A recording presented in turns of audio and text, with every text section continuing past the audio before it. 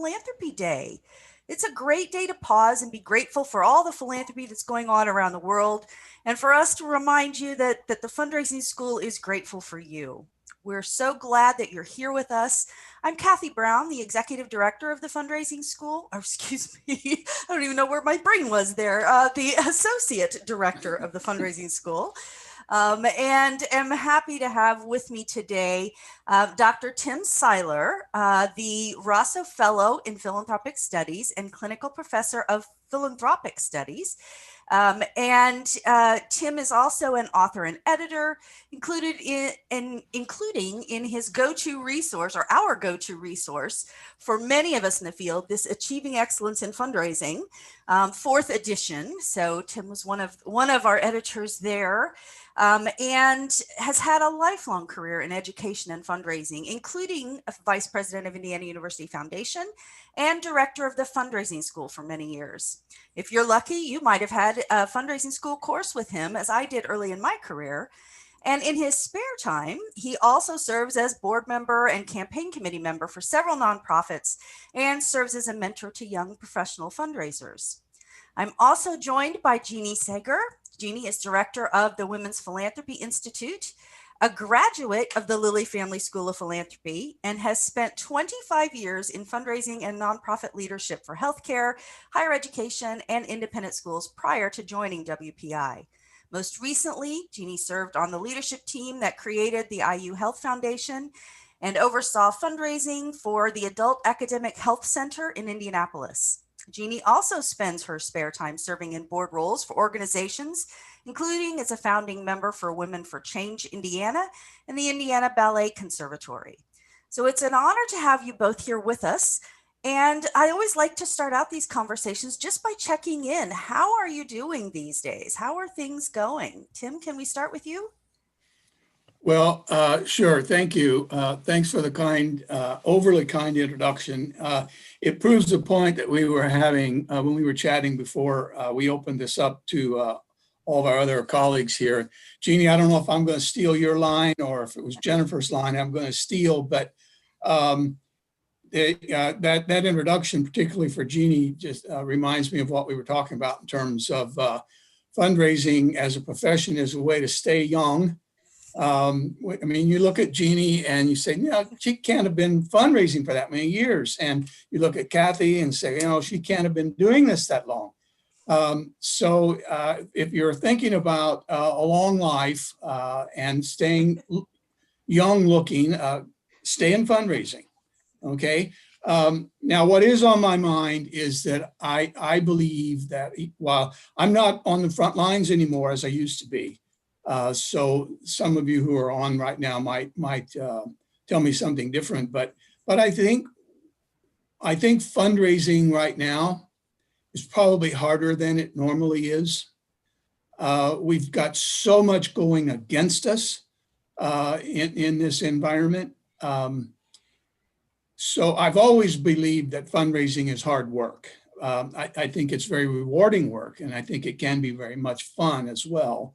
But I do believe it's hard because you have to spend so much time and energy doing all the right things and doing them in the right way at the right time and all those kinds of things. And when you've got the deck stacked against you, which today it seems like it feels that way, I think fundraising is harder. Now, having said that, I do want to, and I don't want to go on here too long because I want to make sure Jeannie gets to weigh in on this as well. But I do believe that one of the things that is working against some of us right now and some of your donors is what's happening with the economy. But what's happening in the economy is not working against all of your donors because it's a very uneven hit with the economy right now. And some people are continuing to do very well from an economic perspective. So that to the degree that you have to know who's who, I guess that does add to the difficulty of fundraising. So I'm going to stop there because I'm very interested in hearing Jeannie's perspective and yours, Kathy, and the people who have joined us as well. Absolutely. Thanks. Thank you, Tim. Jeannie, how are things going with you and what's on your mind today? Things are going well. Just sort of like Tim said, I agree. Fundraising is very hard right now. But I think we're very fortunate to be in the field that we're in, because as hard as it is, it's also so rewarding. And in many ways, we and our organizations are really on the front line of facing this pandemic, and providing so many essential services to those who need them most. And I can't think of a better place to be, and how rewarding that work can be, especially when it's a great time to kind of have that distraction. So I'm feeling very grateful, Kathy, to be now part of the leadership at the Lilly Family School of Philanthropy, and to be able to bring a practitioner lens to the work. I very much enjoyed creating these narratives around such important data that the Women's Philanthropy Institute is putting out, and just really thrilled that the work that we do continues to resonate and be relevant for fundraisers, for donors, for wealth advisors, for so many audiences, especially during this very unique moment in history. So thrilled to be with all of you today, and looking forward to this conversation as we think about end of year giving, and this kind of this sprint to December 31st, which is such a busy time for all of us. And so grateful that you're spending an hour with us today.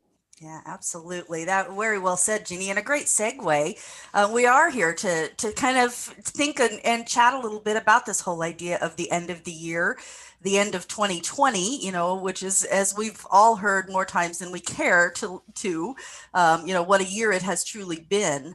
And I'd love to start with sort of the most pressing time frame with the Giving Tuesday that is coming up, and so many of our colleagues are thinking about and planning for. And I'd love to hear your feedback or your considerations as we think about that particular event this year.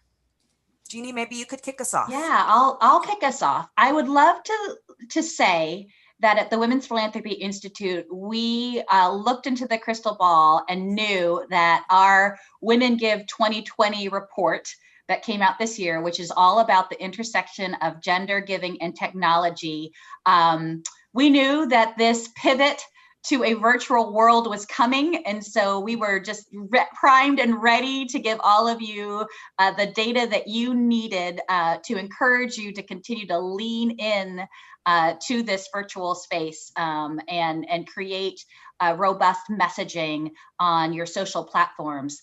And Giving Tuesday is one of those data points, in particular for women. Women give more, not only online, but they contribute more on special designated giving days like Giving Tuesday.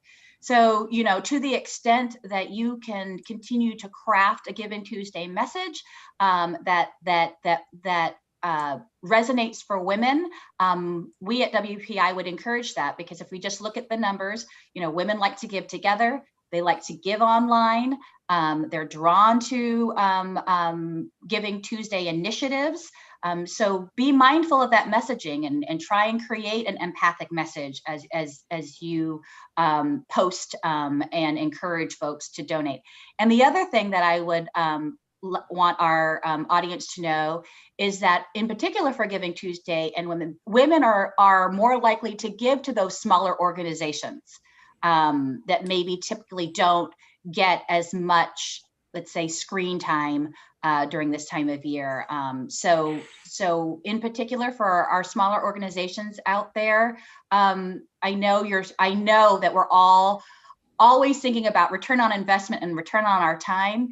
I would encourage you to think about your Giving Tuesday campaign, especially if you're a smaller organization, and really, and in particular, getting your volunteers and giving them the tools so that they feel comfortable about leaning into their social networks and their social ties to promote your organizations.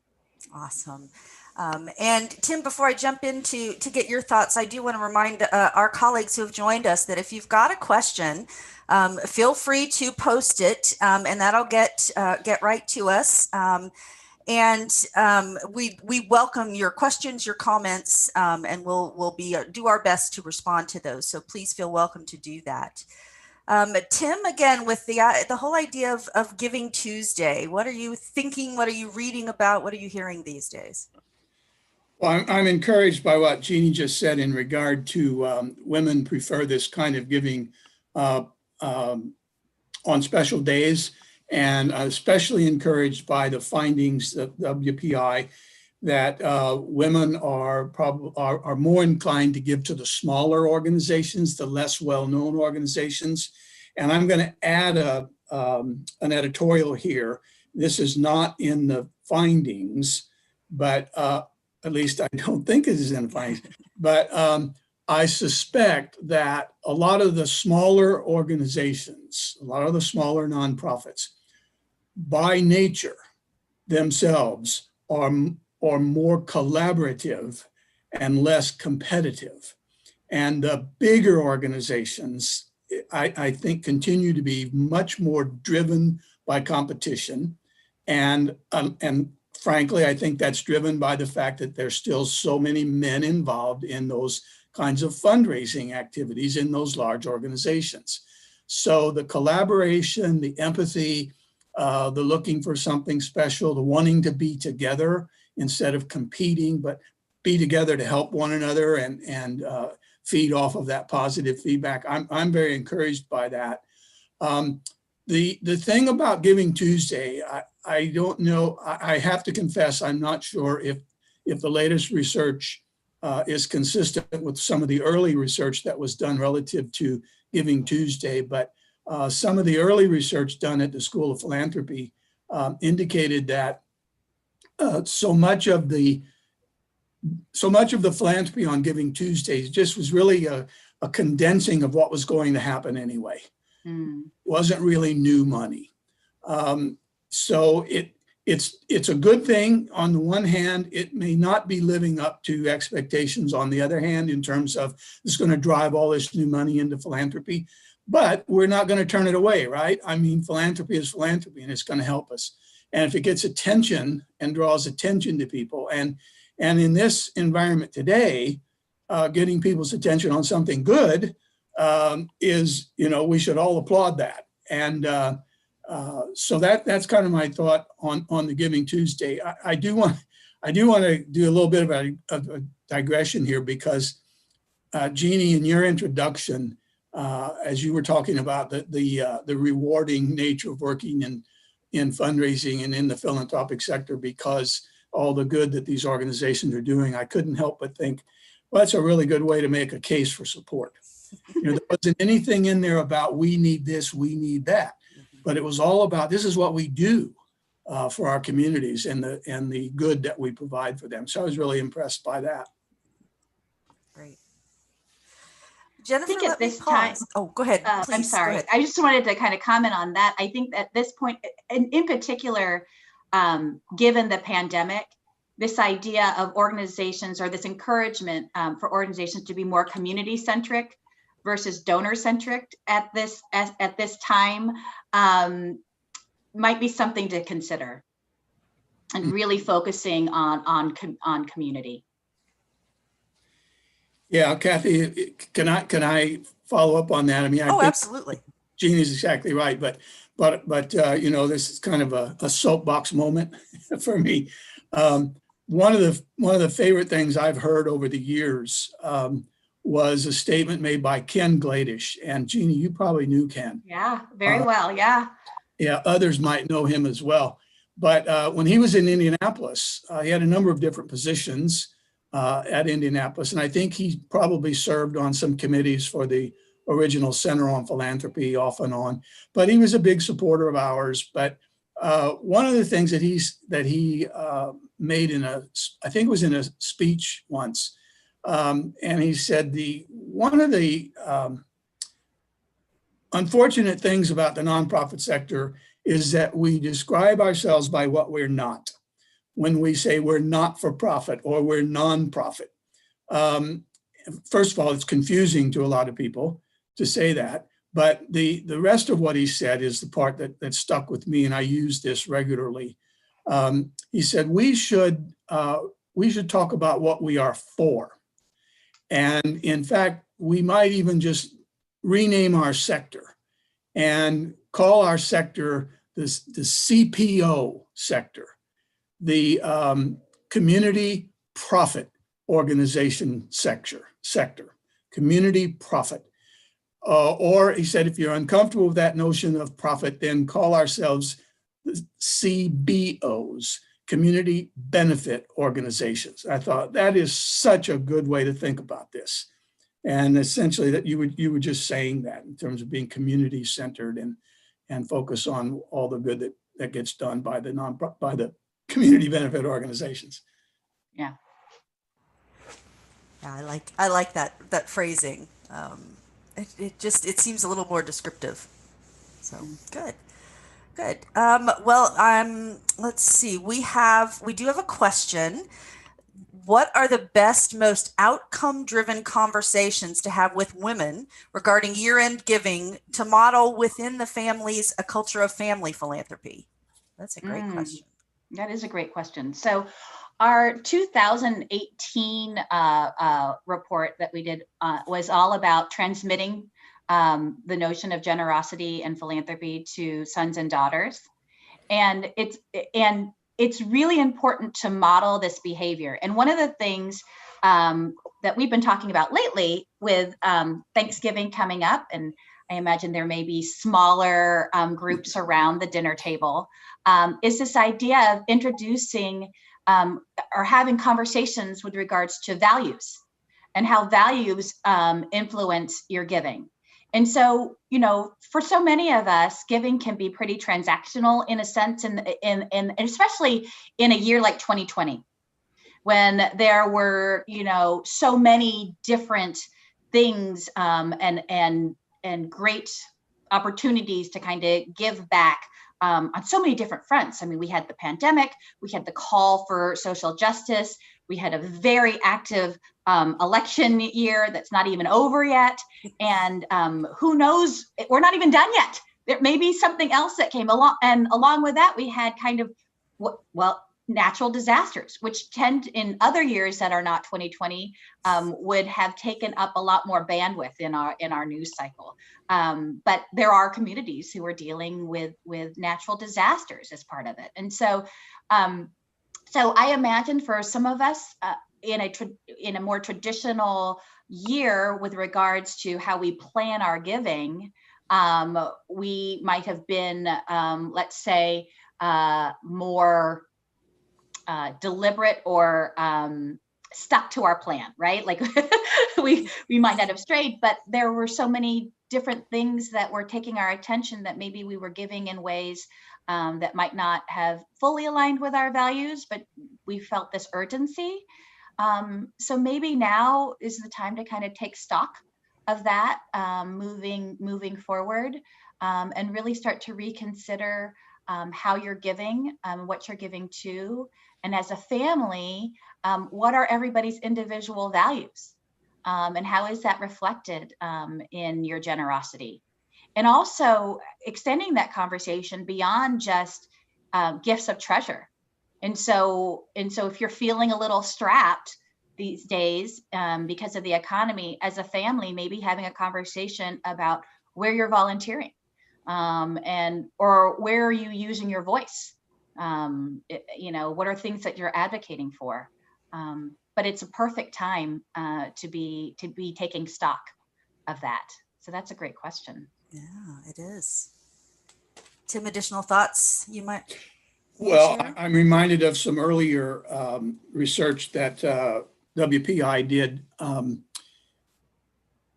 think it was several years before Jeannie joined us. I think, although Jeannie, you may have been here longer than I think you have, because time, despite 2020, time does go by pretty fast. But the research that I'm recalling is the the finding that Jeannie used the word conversation. I think that was a big piece of the finding, is that in general, parents, not just women, but women and men both, the ones who talk with their children about what they do, that tradition passes on more strongly than mom and dad who just do what they do but don't talk about it with the kids. So it's one of those instances of not just doing it but also talking about it. And since I agree with the notion about the values, and sometimes it's time and expertise as much as it is dollars, and volunteering is so important. But it looks like we're all going to be stuck again. We're going to be limited in going places. So those conversations might even be more engaging than they might otherwise be. We're going to have more time, I think, for them. Sure. I think there are still more puzzles to be made in this next, so you can converse over the puzzles as well as the dinner table. Yeah, right. Oh, I like it. That's great. Well, as we think about this whole sort of end of year time frame, we touched a little on Giving Tuesday, but just the whole rest of the year and how we're approaching it. We're kind of thinking about this from three different but really interconnected angles. I'd like to spend a little time thinking first about how are we going to communicate with donors right now. We'll move then into what makes, as much as we can differentiate this out, what makes this year different. And I know there's some new research that WPI has also done to learn a little bit about what's going on with generosity, gender, and the pandemic this year. And then maybe we'll talk a little bit more about stewardship. And we've had a couple questions. The first kind of hits the communication piece, asking that a lot of donors like to receive appeals in their offices in a traditional or normal year, but now are working from home. And the question states that there are too many of them that ask when asked where they'd like to receive this appeal, they don't really have the home addresses for a lot of these folks. So what are your thoughts on communicating with our donors toward the end of this year broadly, and then specifically around this new location issue? Yeah, that's a great question. I hadn't even thought about that. And yes, especially this. I know personally that mail is definitely an issue with regards to having mail sent to the office because of just closures and office hours and just the logistics behind the mail situation in terms of delivery. I guess what I'd say is this is just another reason why it's so important to try and capture all of the information that a donor is willing to give you.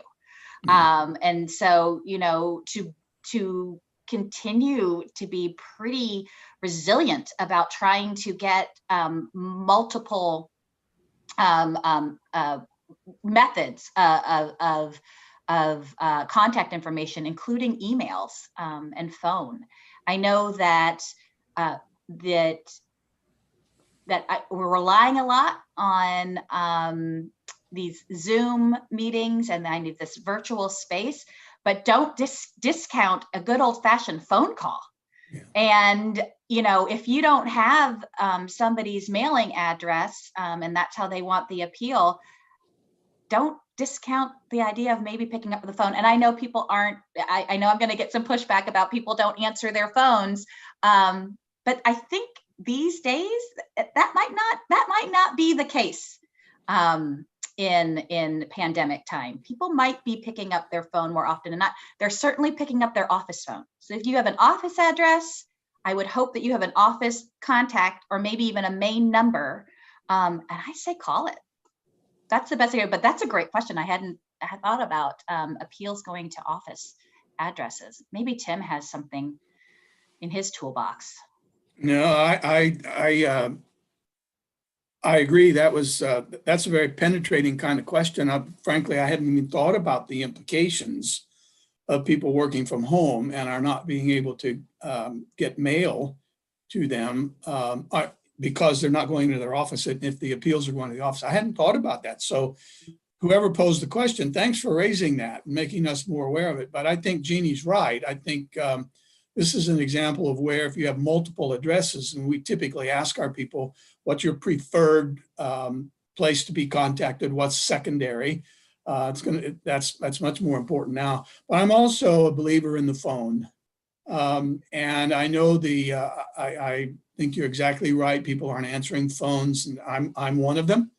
Our phone is connected to AT&T, connected to our television. So when the phone rings, the number comes up on the screen, and we either know who's calling or we don't. And if we don't answer. But some of the calls that come in, you can tell by the name of the organization that it's a nonprofit. So you could choose to answer that if you wanted to. So I don't have anything special to add or anything additional to add beyond. I think you're exactly right in what you recommended. And I do think that the power of the phone may be more important than it has been. Yeah. I'm also reminded when you think about the power of the phone, many of us are the same, with screen time all day, we may be less interested or inclined to pick up the phone to someone we don't know. But that's where the value of utilizing your board and volunteers and seeing who does know who you're trying to reach, because I'm far more likely to pick up a call from someone I know. And if they want to tell me about an organization they're super excited about, I'm so glad to talk to somebody. I'm happy to do that. Mm-hmm. But at the same time, it's a way to begin to engage board and volunteers at a time when I know volunteerism has really dropped through the year, mostly because of opportunity. But this is a way to engage folks to make some of those connections. So I think we're right on it with pick up the phone, give them a call, and or even reach out through the social media, through a challenge during your Giving Tuesday campaign, and say, hey, we want to reach you this year with all of our great news. Let us know the best way to do that, and you might be able to get some of those responses as well.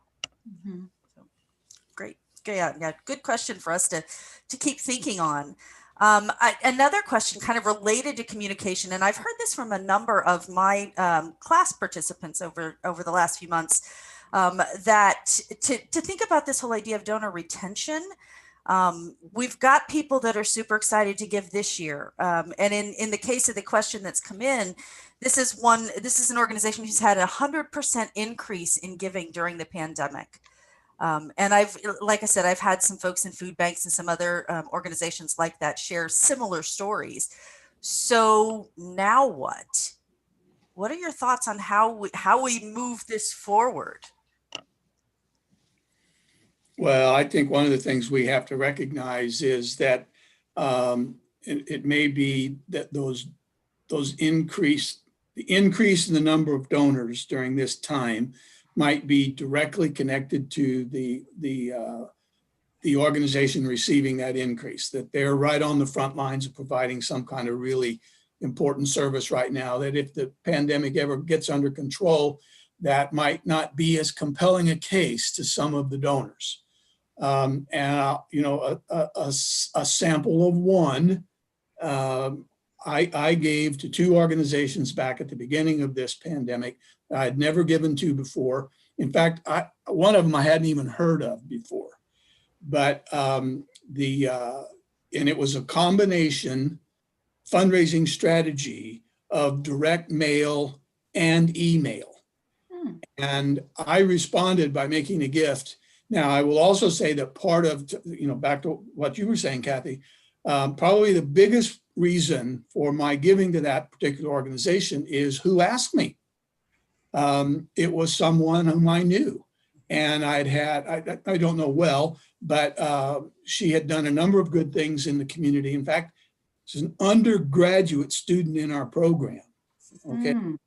But her enthusiasm for what she was doing really, really captured my excitement. And I thought, you know what, I'm going to give to this organization. Now, they're going to ask again at some time, and will I give again? Yet to be determined. But I think we have to recognize that we may have some new donors who won't stay with us. But we should make the case, as we always do, for a renewal or a second opportunity or a third opportunity or whatever. But I think we want to be careful not to beat ourselves up if we lose some of these folks because of the interconnectedness between what our organization is doing and the perceived really crisis situation in some instances. I do think that it's an opportunity to kind of really think about strategy and what you're spending in terms of your messaging with regards to donor retention. So you had this unique moment in time where you've had this new surge of donors. So what are you doing to capitalize on how you message why your essential mission is so important, not just during this time, but moving forward? And so if anything, it's so much more important to do a pivot where you're really focusing on stewardship and creating a message that will resonate beyond the current crisis, and try and retain, those new donors.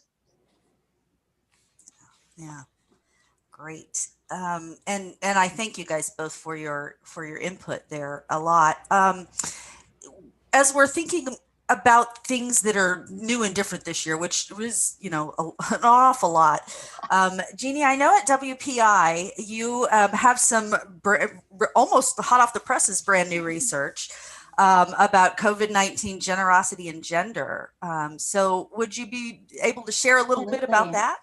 Yeah, so we had the opportunity with another survey that we were doing in May to add some questions about COVID. And in particular, so what's interesting about this particular report is that it really focuses on household giving. So a lot of the reports that have been put out as of late really had to do with corporate and foundation giving or a certain segment of the society giving. But this is really about people who pick up those surveys calls. So general household population. And so the good news is this. And we hinted a little bit about this early on at the beginning when we got of our conversation.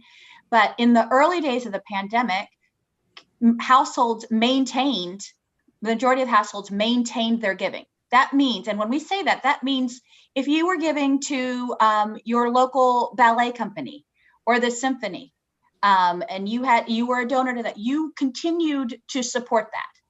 And that the pandemic wasn't a distraction to those organizations that you had established a relationship with. So that's good news for all of us.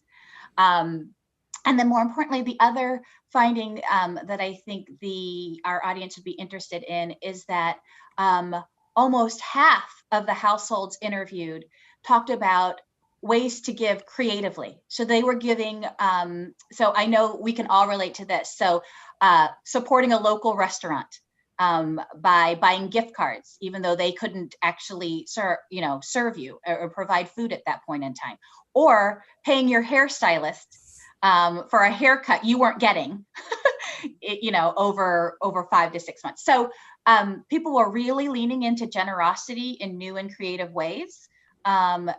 That may not look, while they wouldn't be defined as formal philanthropy, was really, though, helped them realize and practice generosity, which during this time, everybody wants to find a way to feel good.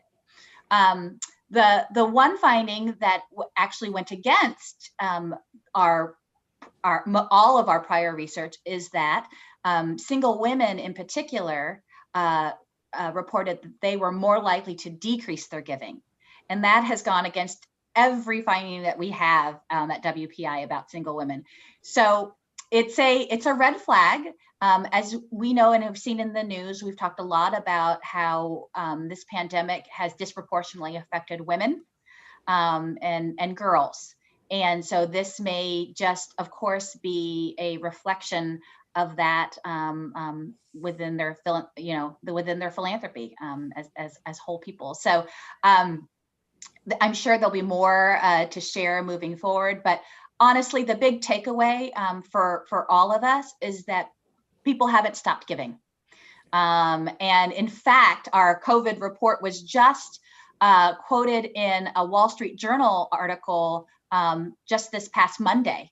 And that article was really about people feeling a little bit guilty about the fact that they financially are doing well. And so how do they juxtapose that with this crisis when so many people aren't doing well? So I would, as fundraisers, I would lean into that. You have high net worth prospects that you need to be contacting before year's end. Don't be shy. Don't be shy.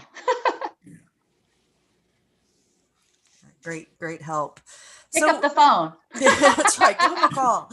And I guess how, knowing that and thinking about that, how would you, each of you, build messaging around that?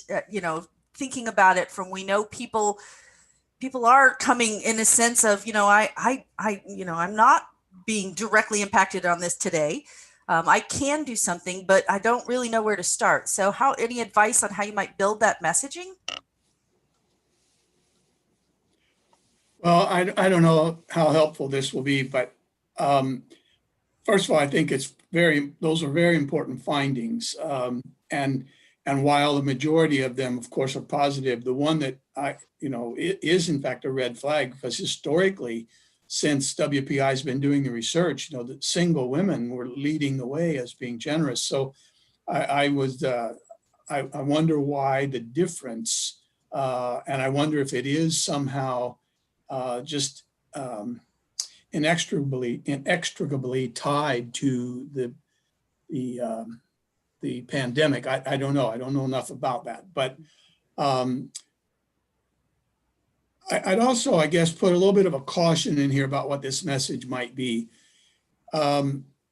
Historically, guilt has not been a motivator for giving of any kind. Now, you could argue historically, almost everybody alive today, we've not lived through anything like this.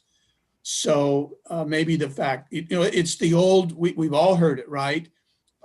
We see the homeless, we see the poor, we see somebody, even somebody gets ill, not necessarily with COVID, but just any kind of illness, or someone is hurt in a traffic accident. And the people who say, there but for the grace of God go I. And there's that sense of, okay, I've been blessed here. And because I've been blessed, I want to do something, whether it's assuaging guilt or whether it really is a different kind of motivation for philanthropy. I think we want to go very cautiously about this. And I would go back to some of the earlier comments both Kathy and Jeannie made in terms of how can you participate in improving this community? Because there are others who are benefiting in a different way than you are, and you're in a position to help others. So how do you do that? Here are some opportunities. So I don't know that I have anything beyond that to offer other than focus on the good that people can be part of.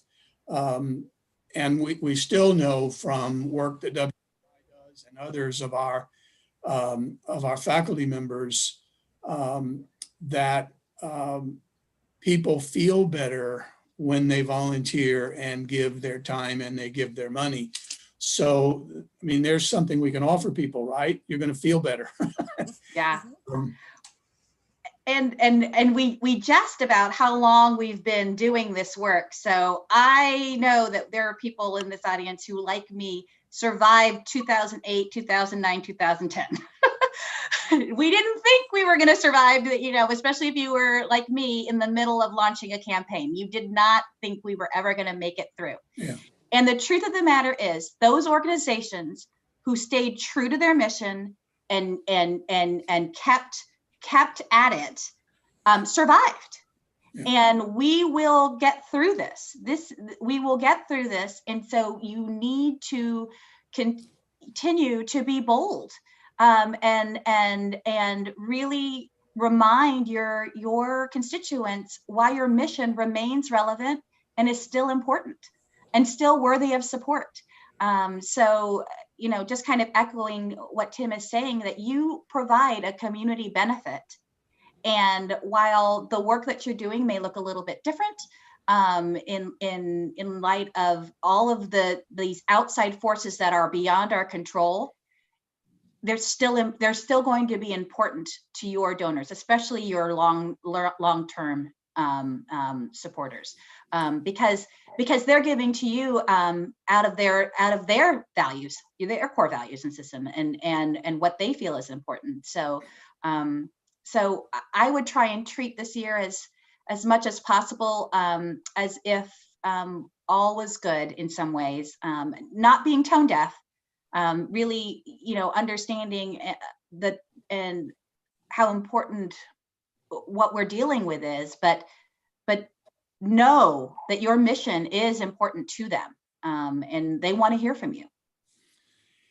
In the early days of this pandemic, one of the very first webinars we did at the fundraising school, our colleague Sarah Nathan made what I thought was a really good comment with a lot of insight. She said, because the question that was on the floor at the time was, what do you do about fundraising, and what are some of the strategies that are more likely to work than others? And Sarah said, this is a perfect time to experiment. Yes. Be creative. They're so different. And so tied to be bold, I think, try some things. Yeah, I say that a lot, that, never waste a good crisis. But the risks are lower.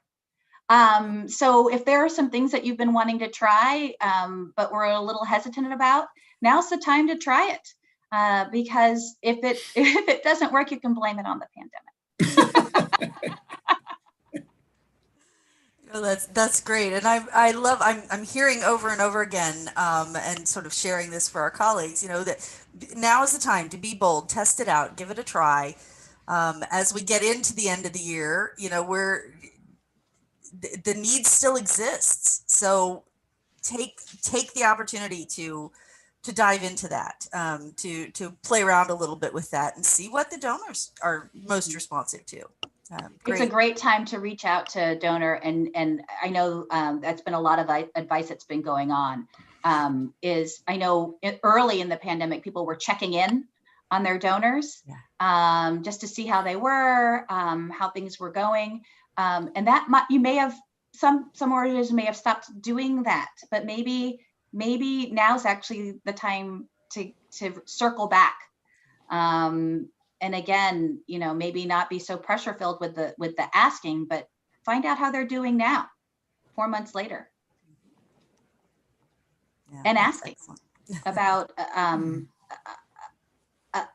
their opinion on how things are going, and asking for advice. What do you think we should be doing as an organization? Mm-hmm. That's one of my favorite questions to ask or to remind people to ask in a classroom. Is, what should we do about the donors? If they're, how do we figure out what the donors want, and how do we do that? And I always say, ask them. Weird but simple answer. Get a group together, do a quick phone survey, put the board members together on on 3 or 4 calls, and get some feedback. We were thinking about doing our annual letter at the end of the year. We would just want to make sure everybody's still feeling like that's a great idea. What do you think? Or, we'd love to try this new thing. I think that's really strong, as a reminder that we do need to reach out and get some of that feedback. And then for those of us, and I get this often in courses as well, that are dealing with, just leading up type challenges, having that donor input to support the idea of being bold and trying something new can be helpful. Mm-hmm. Great. I'm going to pause here real quickly and just check in, but with our guru behind the scenes, Jennifer. She's sent over a couple of questions. I want to check in to see if there's anything else that has either come through, and remind all of you that if you have additional questions, we still have a few more minutes that we're glad to, we can easily fill, but we're glad to entertain specific questions if there are some. So Jennifer, anything that has come through you'd like to bring up at this point?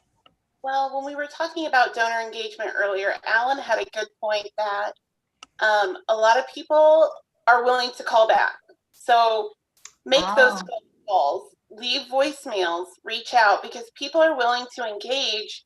We just have to kind of make that first step. And I thought that was so important. And then I think this has come up in a lot of like other webinars, and we've done podcasts on it, but what are ways to do donor stewardship when we can't have those get-togethers? We can't be together. We can't, have traditional, donor recognition events, but we still want to recognize people. And, normally we all come together for one room and we have a donor recognition.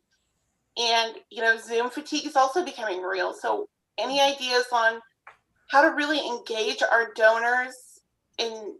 Is there anything new you've seen come through the pipeline? Good questions. Good question. Telephone.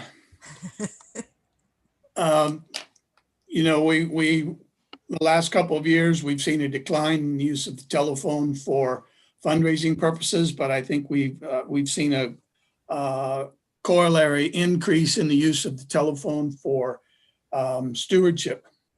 Instead of the old-fashioned telethon where we get a group of people together, or maybe it's the board, or maybe it's some of your other donors, or if you have staff, staff can do this. You get a bank of telephones and you call people instead of asking them for money. You're checking in with them. As Jeannie said, how are things going? But also it can specifically be used for stewardship. In fact, I know of 2 organizations that already a year or so ago, maybe even longer than that, had already moved their telephone campaign into only stewardship.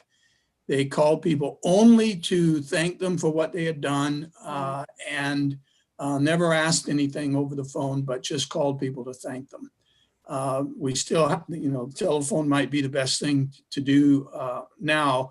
Related to the events, we went through this period where people put their events online. They did the virtual events, and there are lots of Zoom meetings and so on. I think we're overly saturated with that right now.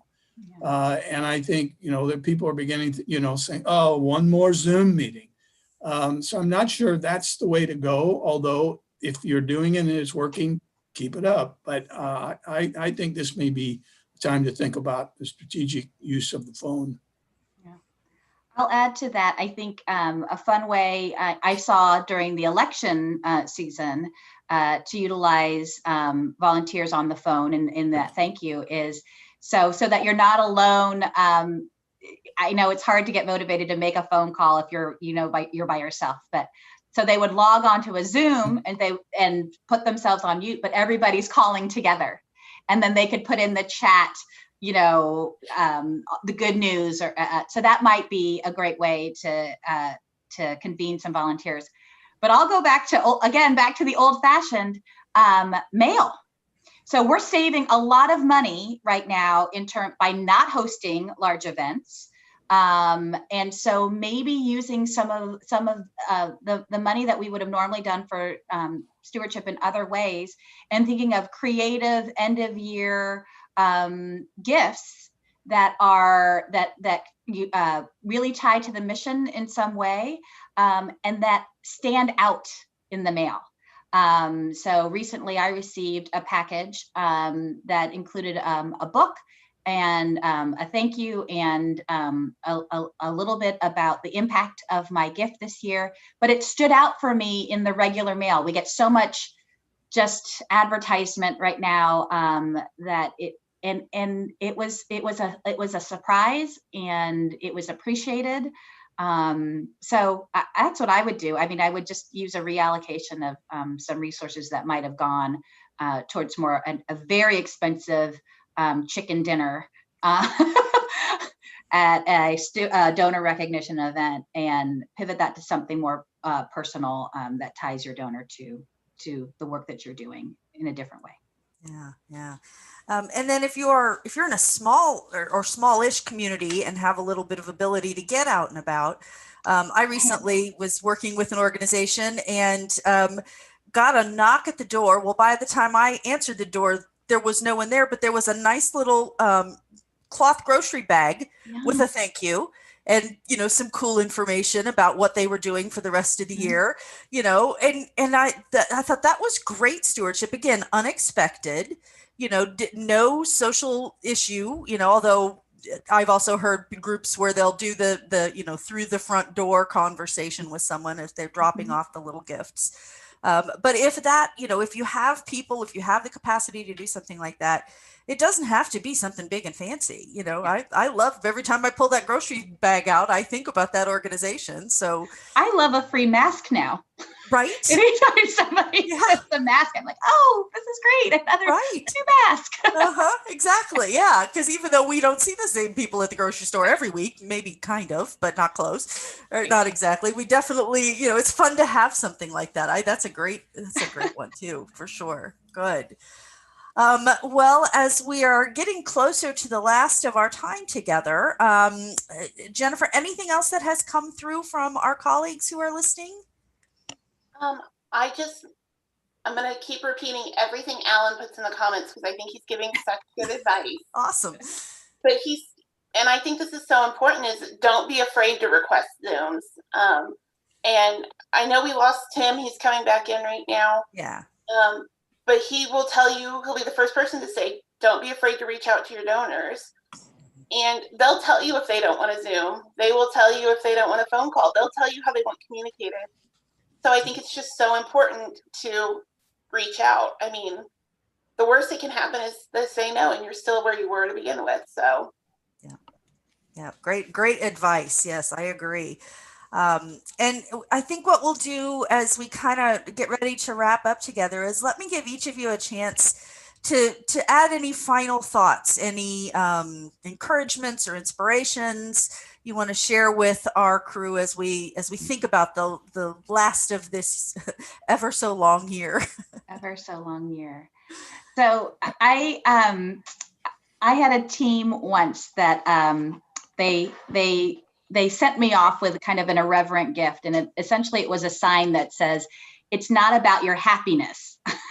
And they signed it J. Sager. And I was like, okay, well, you left the most important part off. So it's not about your happiness, it's about your resilience.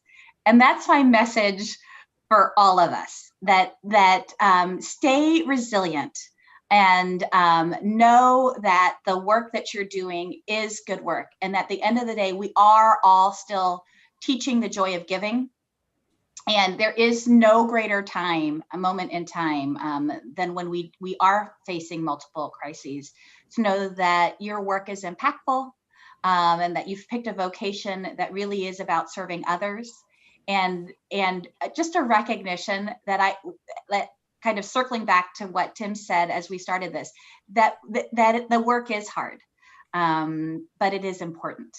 And I am just always honored and thrilled to be part of what I call my tribe of fundraisers. And you have many people cheering you on as we get to the finish line here at the end of 2020. And I just wish everyone to be safe and to be healthy.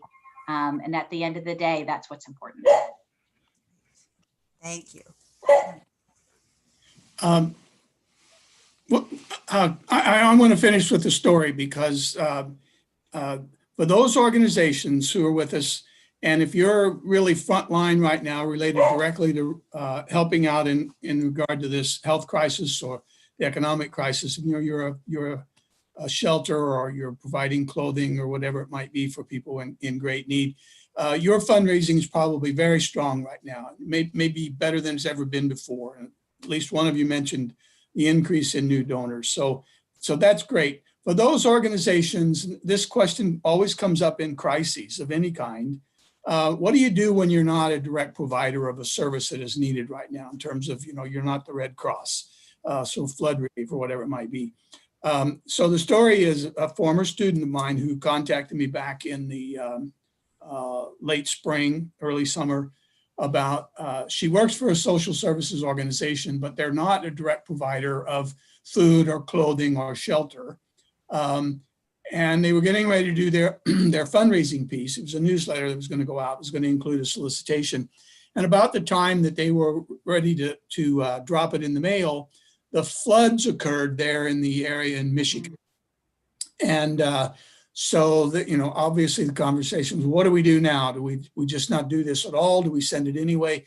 Well, what she and her staff decided to do was hold the mailing. They opened every single piece of it and inserted just a special little message in there saying, we know that people have been affected very negatively right now, not just the pandemic itself, but some have been hit even harder by this flood. And while we're not providing direct relief for those victims right now, we have been here in this community serving for X number of months and years. We're still here. We'll still be here tomorrow. And that was the message I would leave if you're not a direct service provider right now for pandemic relief. You've been here, you're here, you're going to be here, here today, here tomorrow. And the result, they put that insert in, sent the newsletter out. She got a phone call from one of her donors who had never before given any more than $250 at any one time. He made a $50,000 gift and wanted it to be used as a challenge to the rest of the community to match it dollar for dollar. So keep doing what you're doing. That's awesome. Well, as we conclude our time together, let me thank you both so much for your time and expertise.